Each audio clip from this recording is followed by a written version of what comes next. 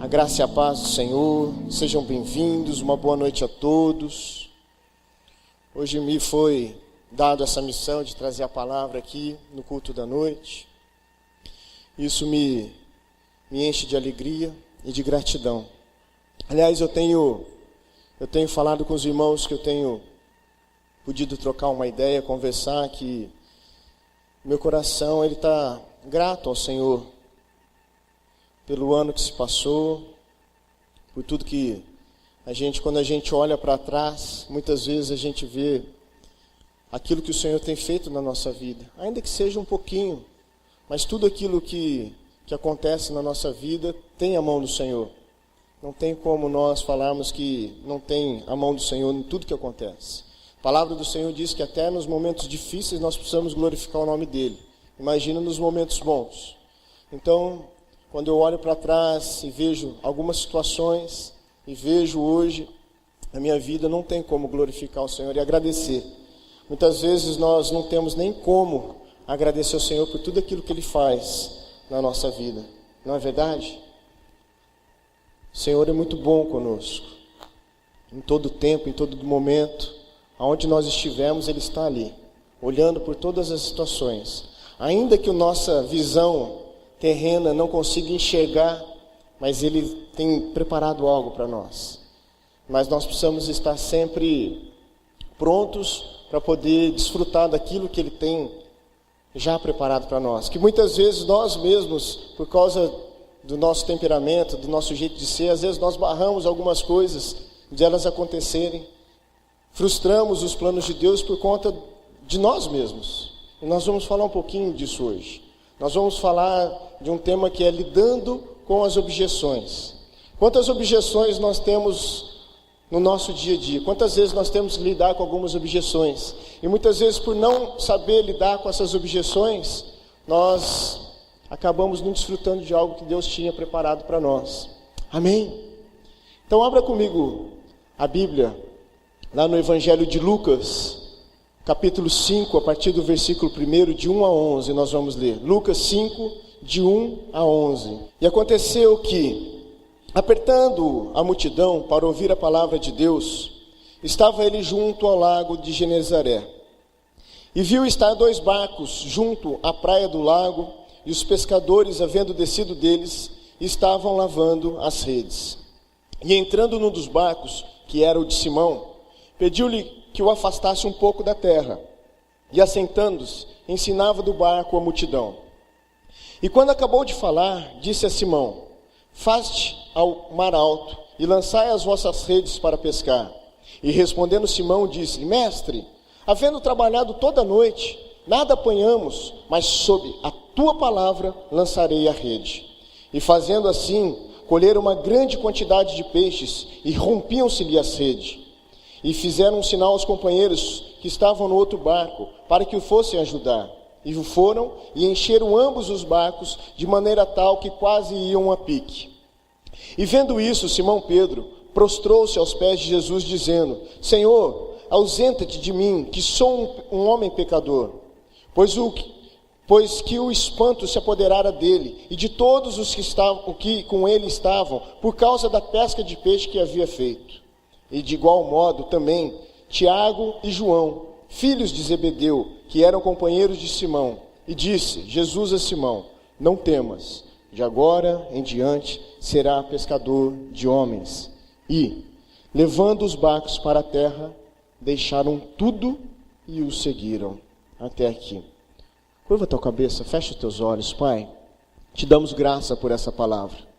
Louvamos pelo privilégio, pela oportunidade de estarmos aqui reunidos em torno do teu altar, Senhor, para desfrutarmos de tudo aquilo que o Senhor tem para nós no dia de hoje, Deus. Que nós possamos estar cativos somente em ouvir a tua voz. Por isso, eu queria que o Senhor agora, Senhor, entrasse nesse ambiente, Senhor. E que todo sono, todo cansaço, toda a passividade de mente, Senhor, toda a fortaleza na nossa mente fosse agora destruído, em nome de Jesus. Que nada viesse para roubar a tua palavra, Senhor. Que os nossos pensamentos, a nossa mente, o nosso coração estivesse totalmente voltado à tua voz nesse lugar. E que só ela fosse ouvida aqui, Pai. Fica à vontade, nós te damos graça em nome de Jesus. Amém, igreja? É muito bacana esse final de ano, né? Todo final de ano, quando você vai passar de um ano para outro, que você entra ali em dezembro, janeiro, eu acho mais barato porque a gente começa a fazer um monte de plano, não é assim? O ano passado eu não consegui fazer isso, esse ano eu pretendo fazer isso, eu quero fazer um regime, eu quero voltar a jogar bola. E aí a gente começa a fazer um monte de planos de metas de trabalho. Eu vou fazer um curso de aperfeiçoamento, eu vou fazer um MBA, eu vou fazer isso, eu vou fazer aquilo. E nós começamos a planejar. Eu acho barato porque chega no final do ano, a gente começa a virar um pouco de psicólogo, a gente começa a olhar para a nossa vida, a gente faz uma análise, a gente olha os pontos positivos, olha os pontos negativos, aquilo que a gente fez que foi bom, aquilo que a gente fez que não foi tão bom. A gente começa a olhar um monte de coisa, né? A única coisa que a gente consegue entender no final do ano é que o Corinthians é sempre campeão. O resto não muda nada. O Corinthians sempre está ali, campeão, todos os anos. Eu estava até ministrando ontem uma cidade, eu falei, o Corinthians é um time constante. Eu estava falando um pouco de constância ontem, e eu falei assim, por que ele é campeão? Porque ele é constante. E essa palavra constante é uma palavra que muitas vezes falta em nós. Por isso que muitas vezes nós fazemos muitos planos, e aí a gente não consegue levar para a gente, porque a gente perde a constância das coisas. Não é verdade? Chega começo de ano, acabou as férias, não, porque agora eu vou entrar no regime, porque agora eu vou melhorar o meu físico, e aí a gente faz uma semana, faz a segunda, faz na terceira semana, e aí já não faz mais o regime. Aí a gente fala, não, porque eu vou fazer um curso.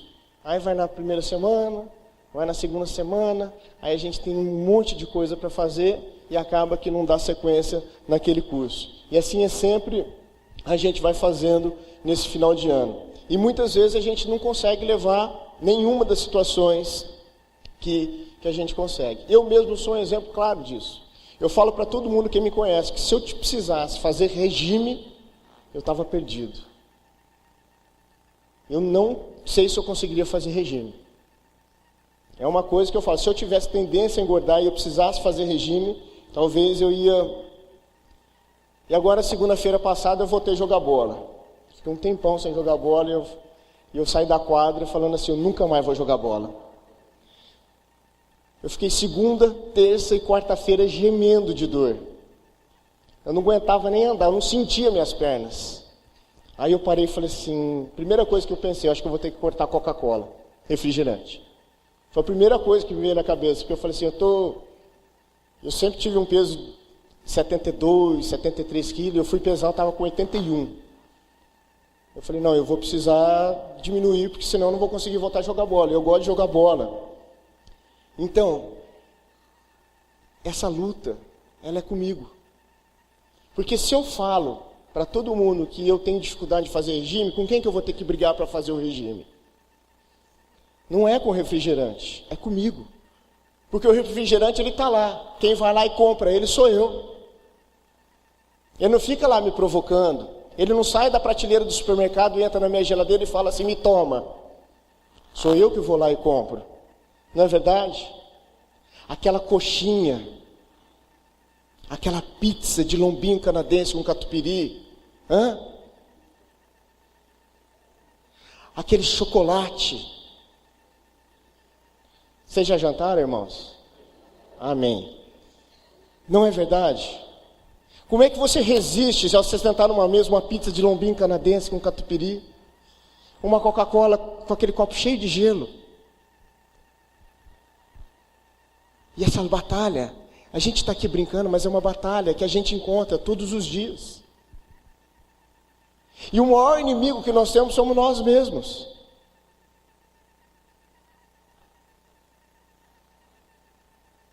Eu sei que não é fácil. Pergunta para uma pessoa que precisa ficar o ano inteiro se policiando por causa de talvez alguma coisa que ele não pode só comer.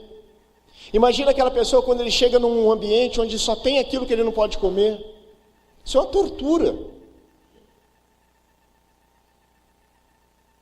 Agora, ninguém está imune a nenhum tipo... Nós estamos falando de uma diversidade aqui, que talvez ela seja a menor de todas e a mais simples, porque nós estamos falando de uma dieta. Mas nós temos outras adversidades, outras objeções, que nós vamos enfrentar no dia a dia.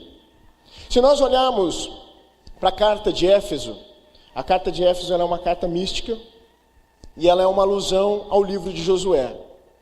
E ela retrata a conquista de uma terra que emana leite e mel. Amém? São lugares que precisam ser conquistados. Agora, Canaã, ela não é uma representação do céu. Canaã são lugares aprazíveis que nós precisamos desfrutar em plenitude na nossa vida espiritual. São lugares que precisam ser conquistados e que muitas vezes eles estão sob domínio de gigantes. Muitas vezes, Canaã era um lugar onde você precisava atravessar o Jordão.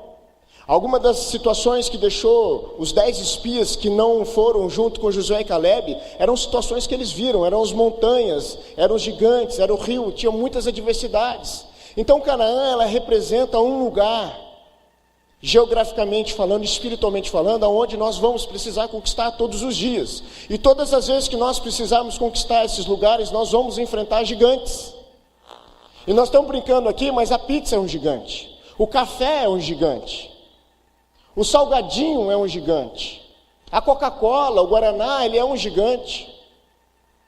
O chocolate é um gigante, assim como todas as outras coisas se tornam gigantes quando nós precisamos entrar nessa Canaã espiritual e vencemos essas objeções, essas barreiras que se colocam diante de nós.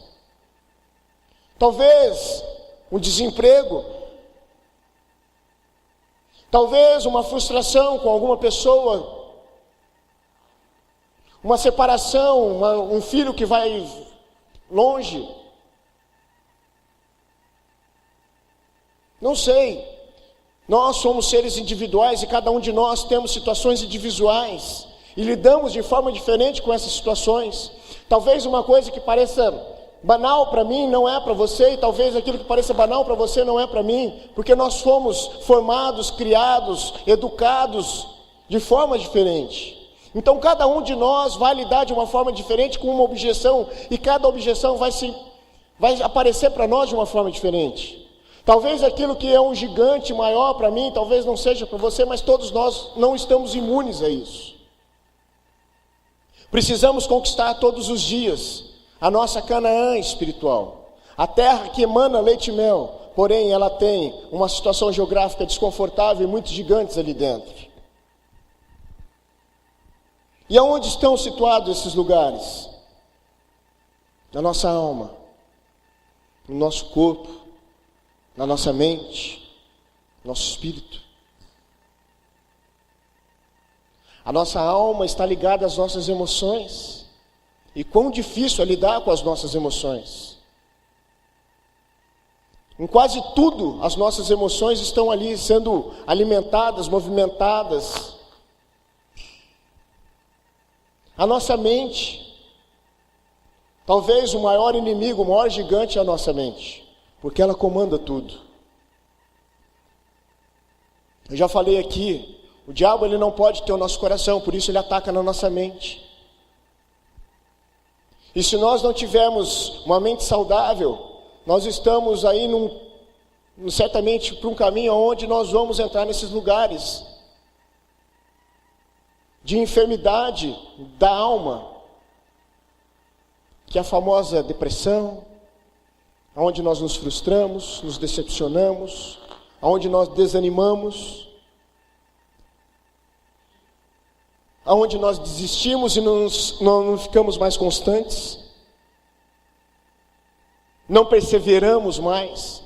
Por quê? Porque nós estamos sendo minados, porque nós não estamos conseguindo lidar com as objeções, porque nós não estamos conseguindo enfrentar os gigantes que estão aparecendo todos os dias quando nós entramos em cada setor da nossa Canaã espiritual.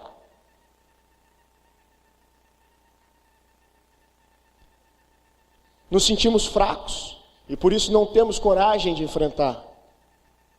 Eu não vou entrar nessa terra porque esses gigantes vão pisar a gente e vão nos amassar que nem pão.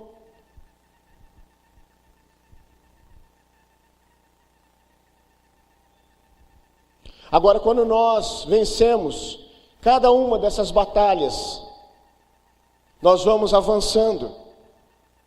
Nós precisamos conquistar esses lugares. Isso vai nos fortalecendo, vai nos dando fé, força. para cada dia, dia após dia, nós conseguimos avançando e vencendo. E como é bom quando nós vencemos, esse fortalecimento, ele nos deixa animado. É um combustível e para a gente conseguir colocar em prática todos os nossos planos, todo aquele planejamento que a gente faz no final do ano, no início do ano, ele depende muito disso. Porque não adianta nada eu olhar para trás, para aquilo que eu quero mudar, se eu não mudar. Muitas vezes não são as situações que precisam mudar, sou eu que preciso mudar. Não adianta eu querer que o meu filho, ele seja uma criança melhor, se eu não for um pai melhor. Porque muitas vezes o comportamento dele está, não, quando ele olha para mim, e ele reflete tudo aquilo que ele vê. Então muitas vezes os nossos filhos são reflexo daquilo que ele vê dentro de casa. Muitas vezes nós estamos brigando com as nossas crianças para que as crianças mudem, quando quem tem que mudar não são as crianças, somos nós, os pais. Vocês estão conseguindo entender? Amém? Ah, porque meu filho precisa mudar, porque meu filho precisa mudar, porque meu filho é isso, porque meu filho é aquilo. Não. Sou eu que sou isso, sou eu que sou aquilo, sou eu que preciso mudar. Ah, eu olho para minha mulher, e a minha mulher, ela é isso, ela é aquilo. A mulher, ela é a glória do homem, ela se alimenta do homem, ela é o extrato do homem. Então, se eu falo que a minha mulher precisa mudar, alguma coisa está errada, porque quem precisa mudar, na verdade, sou eu, porque ela só é o meu reflexo. Quantas vezes eu já vi pessoas reclamando da sua esposa, e eu parei e pensei, se ele está reclamando da esposa, quem precisa mudar é ele, porque o problema não é ela, o problema é ele. Muitas vezes, quando nós encontramos objeções, é muito mais fácil jogar a culpa nas situações, nas pessoas, do que nós olharmos para dentro e ver que o errado, que quem precisa de conserto somos nós. Amém? Por isso que eu falo que o nosso maior inimigo somos nós mesmos. Hoje nós vivemos numa sociedade, hoje mesmo, eu estava conversando com uma pessoa, ele chegou para mim e falou assim, cara, eu estou procurando aí um apartamento para comprar, você sabe de alguma coisa? Eu falei, poxa, eu não sei, tem que dar uma olhada, passar, o que você estava pretendendo? Aí a hora que ele começou a falar, eu falei, peraí, você está pensando em casar, né?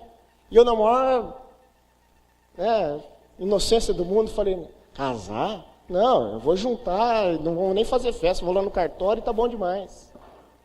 Ainda bem que vai no cartório, porque tem muita gente que nem no cartório não vai. Mas sabe por que eu estou falando isso? Porque hoje a coisa, ninguém quer lidar com as objeções. Hoje sabe o que as pessoas falam ali fora? Ah, vou casar, se não der certo, separa. Aquilo que Deus juntou, não separe o homem. A palavra diz isso. Então, assim, quando você entra dentro do casamento, existem N objeções. Casamento é maravilhoso, eu não estou pregando contra casamento, quem me conhece sabe disso. Mas existem objeções. Agora é muito mais fácil largar do que enfrentar as objeções. É simples. Larga. Por isso que eu falo que casamento é algo de muita responsabilidade. Eu falo para as pessoas, olha, abre seus olhos antes de casar, porque depois que casar vai ter que fechar para muita coisa.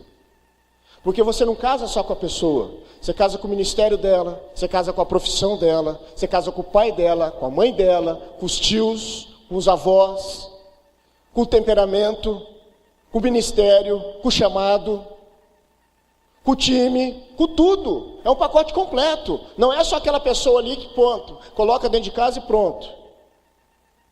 Existem objeções. E nós precisamos entender e lidar com essas objeções todos os dias. Se nós olharmos para esse texto que nós lemos aqui, e nós vamos falar um pouco mais sobre Pedro. Como é bom poder falar de Pedro, porque quantas objeções Pedro teve, e pode nos trazer ensinamentos sobre isso. Agora entenda uma coisa comigo. Talvez você se espante com o que eu vou falar, mas é a mais pura verdade. Jesus não pode te dar mais nada. Sabe por quê? Porque Ele já te deu tudo. Está aí dentro. Você precisa ativar. Precisa pôr para fora. Jesus não vai nos dar mais nada. Ele já nos deu tudo.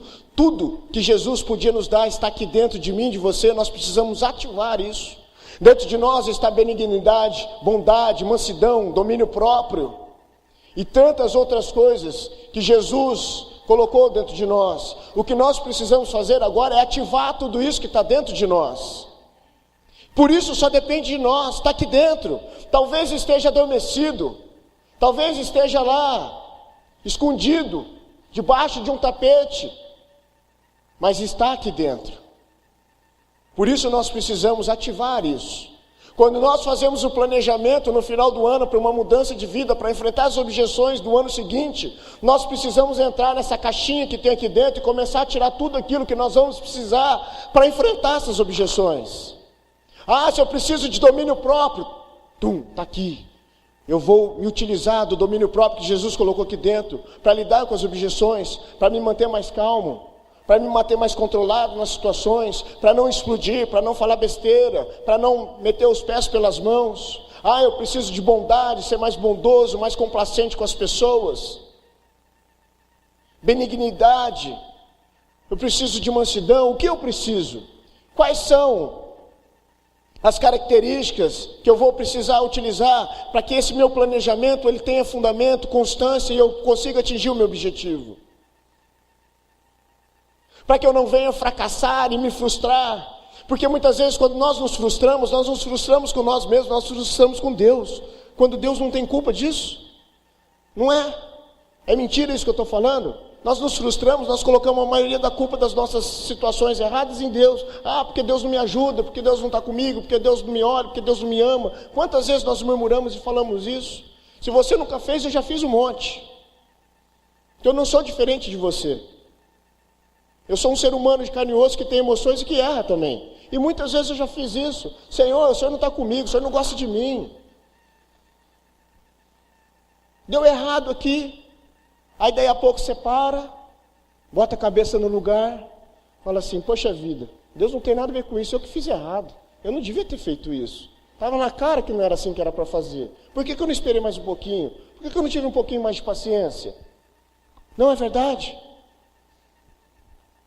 Quantas vezes? Eu me lembro uma vez, como se fosse hoje. E eu confesso com você que hoje já não me dói mais isso.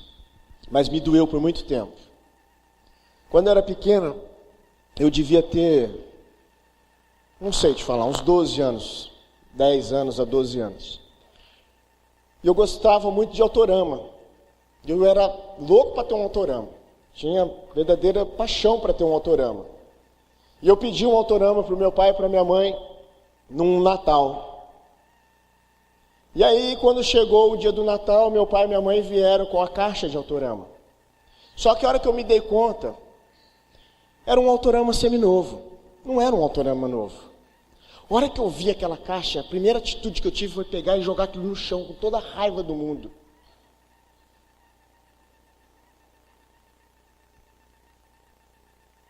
Cara, como isso me doeu. Porque depois, quando a gente é pai, a gente começa a lembrar essas coisas e se colocar no lugar do nosso pai. Eu fico imaginando quanto aquilo deve ter doído no coração deles. Porque na época eles não tinham condições de me dar um autorama novo. O melhor que eles podiam fazer para mim era aquele autorama. E ele foi lá todo caprichoso, comprou um autorama, comprou mais peças. O autorama era de um tamanho, ele veio 3 vezes maior, com um carrinho, com rodinha laranjada. Era um fenômeno o autorama. Mas eu peguei aquele autorama com toda a raiva no meu coração e joguei aquilo no chão. Depois, quando eu me dei conta, passado todo aquele contexto ridículo da minha parte, eu pedi perdão para o meu pai e para minha mãe, eu entendi. E eu falei, poxa vida, para que eu fiz tudo isso? Quantas vezes a gente não faz as coisas e não se arrepende logo em seguida? Eles fizeram o melhor deles para mim. O melhor que eles podiam fazer, eles fizeram. E eu naquele momento fui ingrato. Quantas vezes nós não fazemos isso no dia a dia? Quantas vezes nós não exercemos a ingratidão, a impaciência, a intolerância, a incompreensão? E aí quando nós nos damos conta, Ah, é verdade, eu não precisava de tudo isso. Não precisava ter feito isso. Podia ter agido diferente. Podia ter sido paciente. Podia ter tido domínio próprio. Muitas vezes a gente se apoia. Ah, pede desculpa e está tudo certo. Mas melhor do que pedir desculpa é não fazer. Irmãos, eu sei que tudo isso que nós estamos falando aqui não é tão simples assim. Pôr isso em prática, que isso se torne um hábito na nossa vida, vai tempo. Mas nós precisamos tentar e começar. Sair da teoria e entrar na prática. Amém?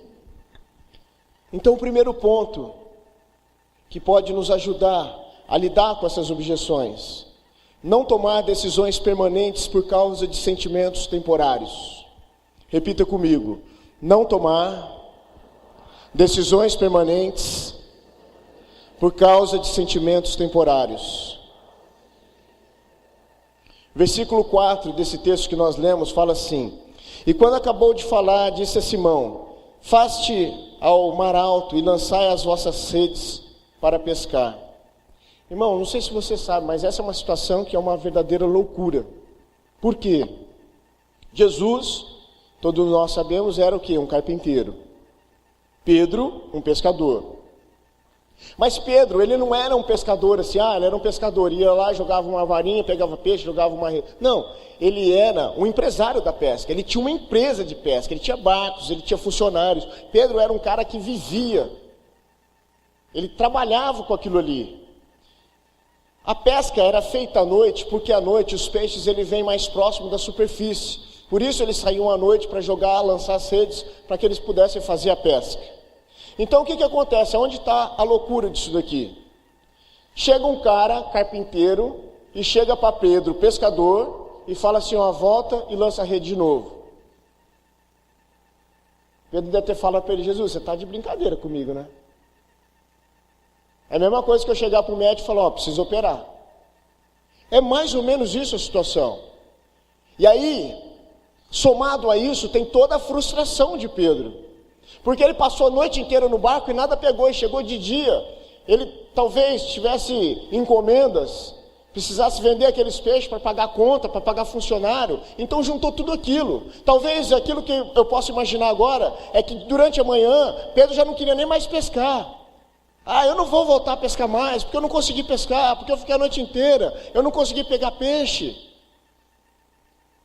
Pedro se depara com uma objeção ali, de uma noite toda frustrada, da qual ele não pegou um lambari ali. As redes vieram vazias.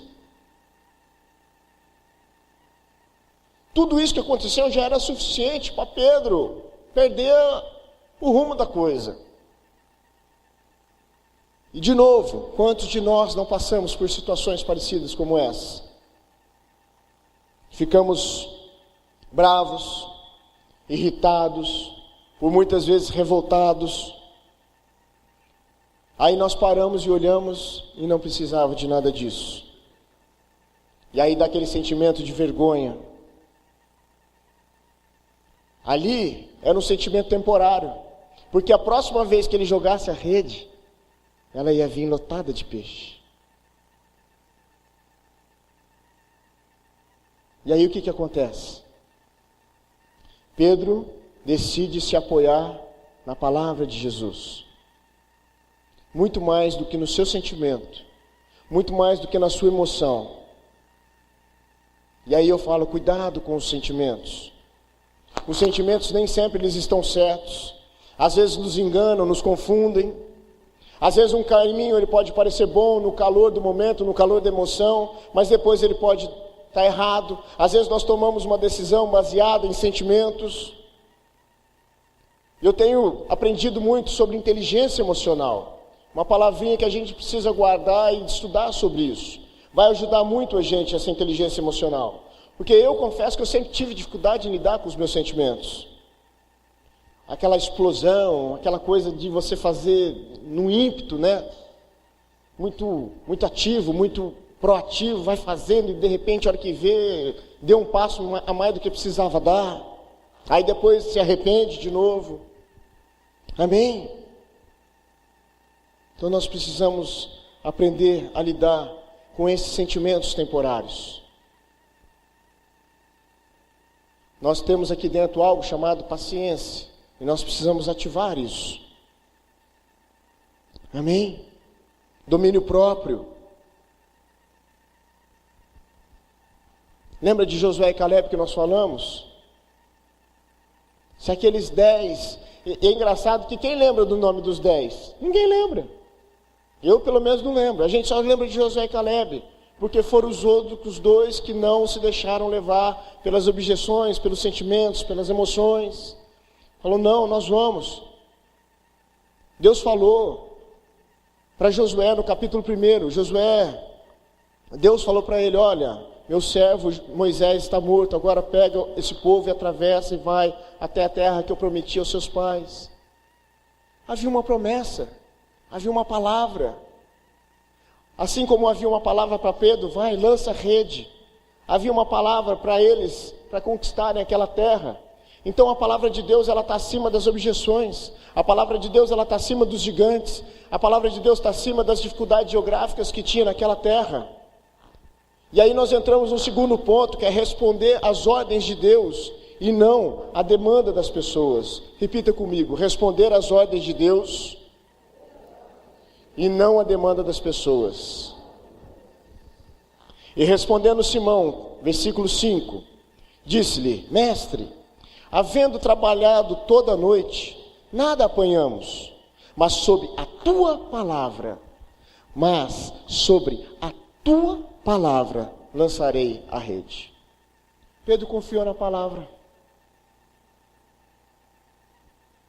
Quantas vezes nós vamos nos deparar com o caminho e vamos seguir?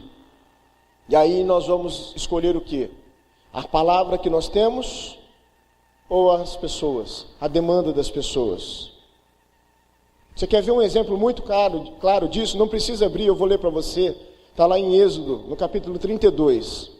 Mas vendo o povo que Moisés não desceu logo da montanha, foi ter com Arão e disse-lhe, olha, faz-nos um Deus para que nos conduza, porque esse Moisés que nos trouxe até aqui desde o Egito desapareceu. Não sabemos dele, alguma coisa lhe deve ter acontecido. O que acontece aqui? Moisés pega, se retira, porque Deus pediu, e Arão fica ali tomando conta do povo. Aí o povo começa a se inflamar. E Arão, ao invés de se manter firme, o que ele faz? Se deixa levar pelo povo, pela demanda do povo. E eles constroem o quê? Um bezerro de ouro, onde eles ficam ali adorando. Não foi isso que aconteceu? Esse é um exemplo claro que nós temos. Arão, ele não respondeu às ordens de Deus, mas à demanda das pessoas. E a história toda a gente já sabe depois o que aconteceu. Nós precisamos agir por propósito e não por necessidade. A nossa vida, ela é resultado das nossas escolhas. Presta atenção nisso. Jesus na cruz do Calvário estava morrendo do lado dele o quê? 2 ladrões, um de cá e um de cá. O que fez a diferença ali? Jesus decidiu qual que ele ia salvar? O ladrão se arrependeu, olhou para Jesus, e Jesus falou o que para ele? Ainda hoje estarás comigo no paraíso. Agora tem coisas que não dependem da minha escolha. Deus deu a Adão o direito de comer alguma coisa, não de não comer. Não foi isso? Olha, aqui tem várias árvores. Tem a árvore do conhecimento do bem e do mal, tem a árvore da vida, da árvore do conhecimento do bem e do mal você não coma, porque do dia que você comer, certamente morrerá.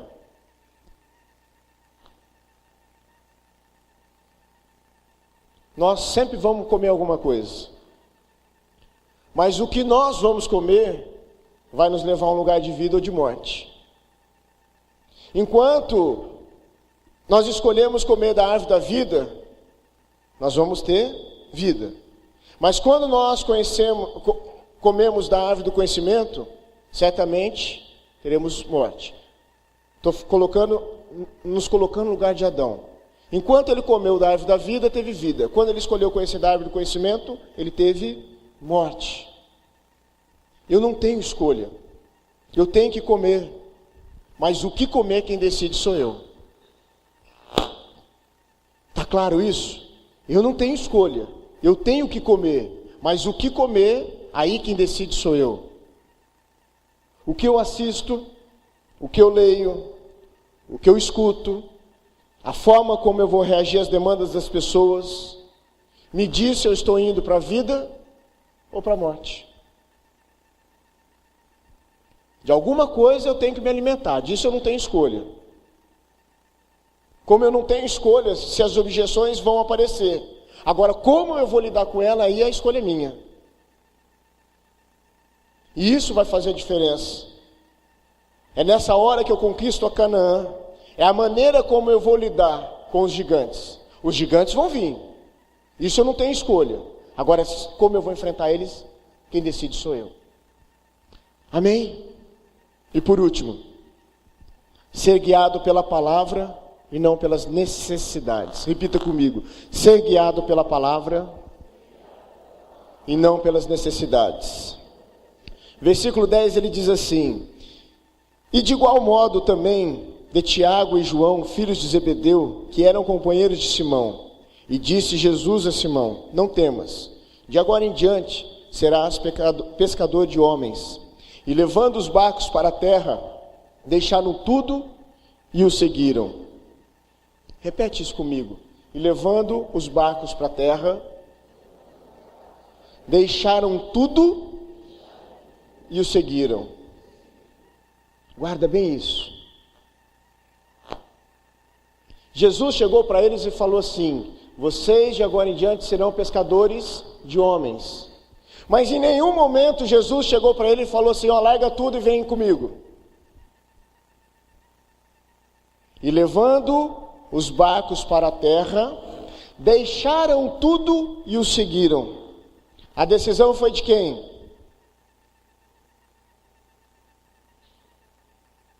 Quando fala deixaram tudo, Pedro deixou a empresa, o barco, os funcionários, o dinheiro, os peixes, a rede.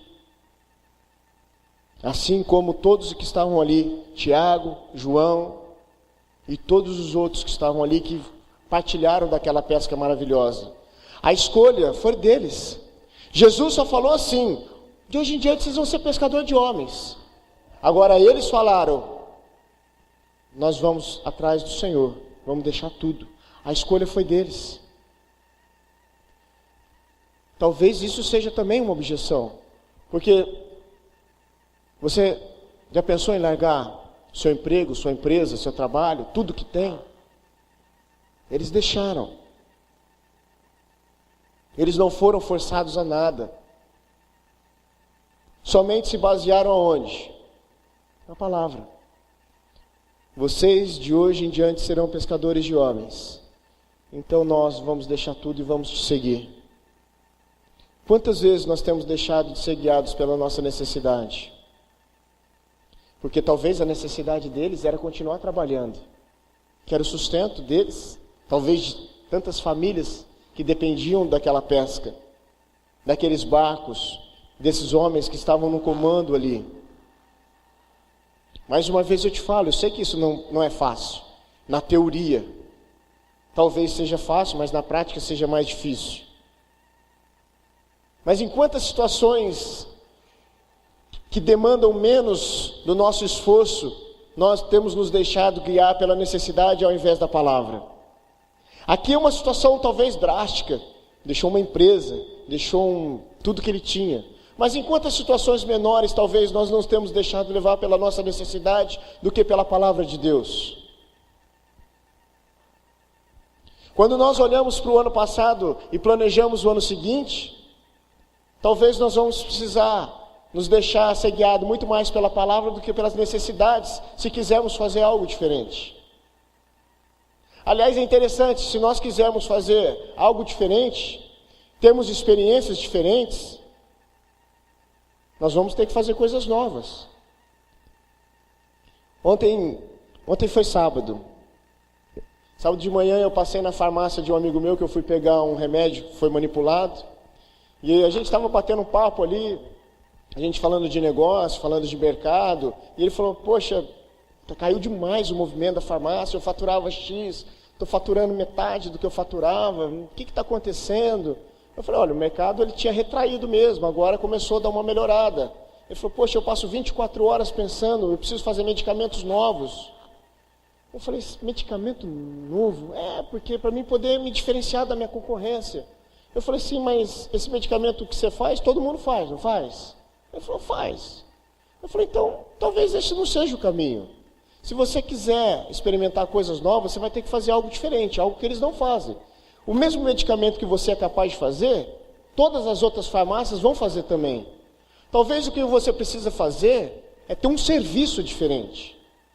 Talvez as outras farmácias não tenham um atendimento via internet, um e-commerce, não tenham uma entrega diferenciada em horários diferenciados, não tenham um prazo de entrega menor. Talvez você vai ter que criar e bolar situações onde realmente faça a diferença com a tua concorrência. E aí você consiga aumentar as suas vendas e atrair um público diferente. Talvez você não atinja toda a cidade de Ribeirão, você precisa começar talvez a atingir com uma propaganda via as redes sociais que hoje tem dado muito resultado. Fazer promoções, talvez você precise visitar alguns médicos, empresas e fazer algumas parcerias. Isso sim vai fazer a diferença, não você fazer um medicamento que todo mundo consegue fazer. Ele parou para mim, arregalou o olho e falou, poxa, é verdade. Você tem razão, eu estou indo pelo caminho errado. Se eu quiser coisas novas aqui dentro, eu preciso me reinventar com coisas que ninguém faz. E eu vou experimentar aquilo que ninguém experimenta. Então, se nós quisermos experimentar aquilo que ninguém experimenta, nós temos que fazer aquilo que ninguém faz. Quando nós olhamos para o ano passado, para o início do ano, nós vamos precisar fazer coisas diferentes para experimentarmos coisas novas. Amém? E essa mudança, ela só se torna um hábito se nós dermos o primeiro passo. Agora, olha que interessante isso. Somos o que fazemos repetidamente. Portanto, excelência não é um ato, mas é um hábito.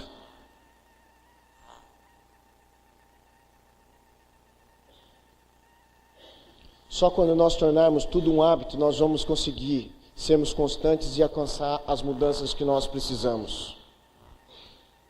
Você sabe o que é uma objeção?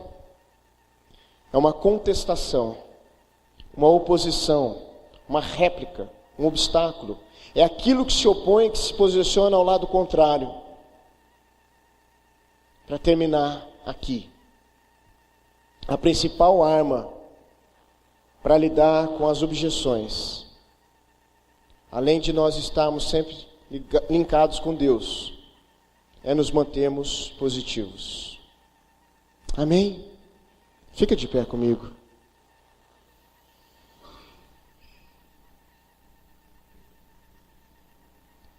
Eu não sei se de alguma forma essa palavra tocou o teu coração, se você tem lidado com algumas objeções, se você tem se planejado e não tem conseguido ser constante em tudo aquilo que você tem procurado fazer no passar dos dias.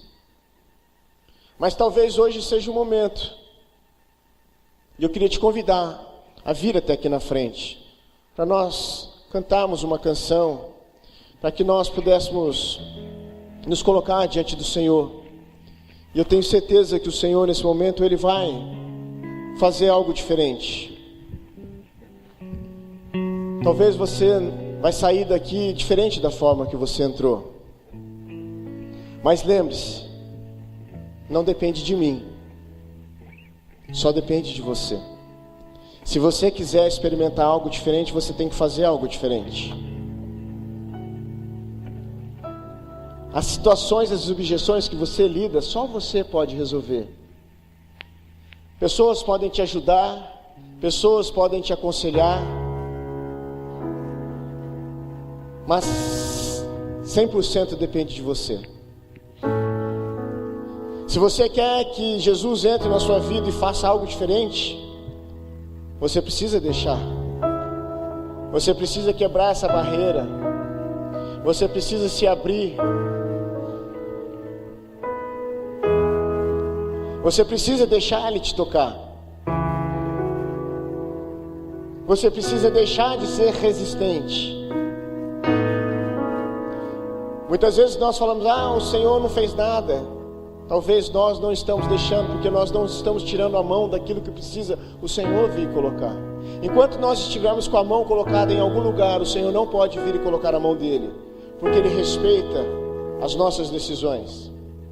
Eu falo que a única coisa que Deus não pode fazer em toda a sua onisciência, onipotência, onipresença, é o nosso não. Se nós falarmos não, Ele vai respeitar. Agora, quando nós falamos sim, se prepara, porque Ele vai entrar e vai mudar tudo. Porque Ele vai entrar na sua casa, na sua vida, no seu trabalho, aonde você estiver, e Ele vai fazer algo que você nunca experimentou. A palavra de Deus fala que aquilo que o Senhor tem guardado para nós, olhos não viram, ouvidos não ouviram e não penetrou no coração humano. Portanto, se você quiser algo diferente, faça algo que você nunca fez. Feche teus olhos. Adore o Senhor agora. Você no seu lugar, só você e Deus. Esqueça as pessoas que estão aí do seu lado. Se você quiser chorar, se você quiser falar, orar, se humilhar, pedir perdão, esse é o momento. Dê o primeiro passo. Você vai sair daqui hoje fortalecido para lidar com todas as objeções. Se algum gigante aparecer pelo seu caminho, você vai pisar nele. Montanhas e rios não serão obstáculo. Irmãos, mudanças precisam acontecer. Deus, Ele se move e nós precisamos estar atentos. Senão nós vamos ficar no verão usando roupa de inverno. Nós precisamos estar atentos ao movimento de Deus.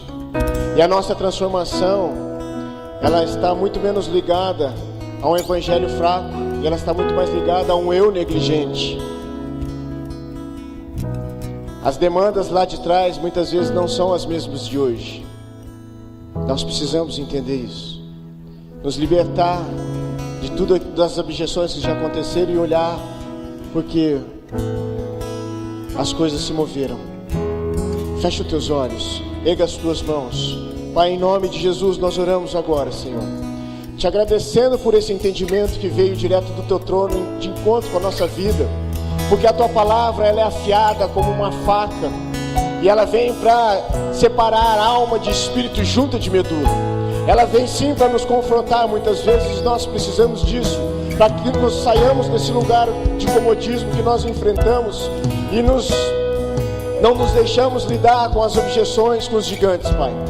Que nessa noite a tua igreja saia daqui fortalecida, com a fé renovada, Senhor, e com a certeza que o Senhor está no controle da vida aqui de cada um, Pai, tornando eles aqui sim gigantes, gigantes na fé, gigantes na caminhada, homens e mulheres cheios do Espírito Santo, pronto para a batalha, pronto para as objeções do dia, Senhor.